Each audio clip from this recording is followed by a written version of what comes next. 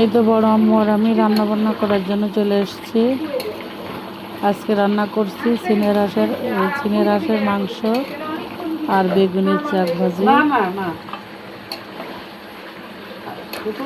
আসসালামু আলাইকুম বন্ধুরা, কেমন আছেন সবাই? আলহামদুলিল্লাহ, আল্লাহ রহমতে আমরা ভালো আছি সবাই। মাংসটাকে সুন্দর করে কষিয়ে দিচ্ছে ছোটো বড় আম্মু, আর আমি পাশে বেগুনের শাক ভেজে নিচ্ছি। সুন্দর করে কষিয়ে ফুটন্ত গরম পানি দিয়ে দিল, ঝোলের পানি। এই পানিতেই রান্না হয়ে যাবে ইনশাল্লাহ। এই হচ্ছে আজকে আমাদের সেহেরির রান্না।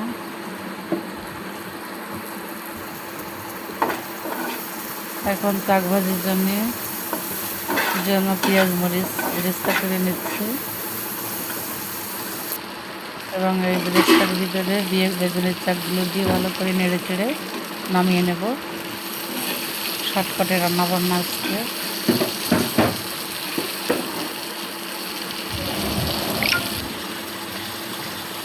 বেগুনের শাক ডাম, মাংস হয়ে গেছে, এখন অল্প আছে চুলোর উপর। ভাজা জিরে ও গরম মশলার গুঁড়ো দিয়ে ঢেকে রেখে দেবো। সুন্দর সেদ্ধ হয়ে থাকবে ও ঝোল টেনে শুকিয়ে যাবে।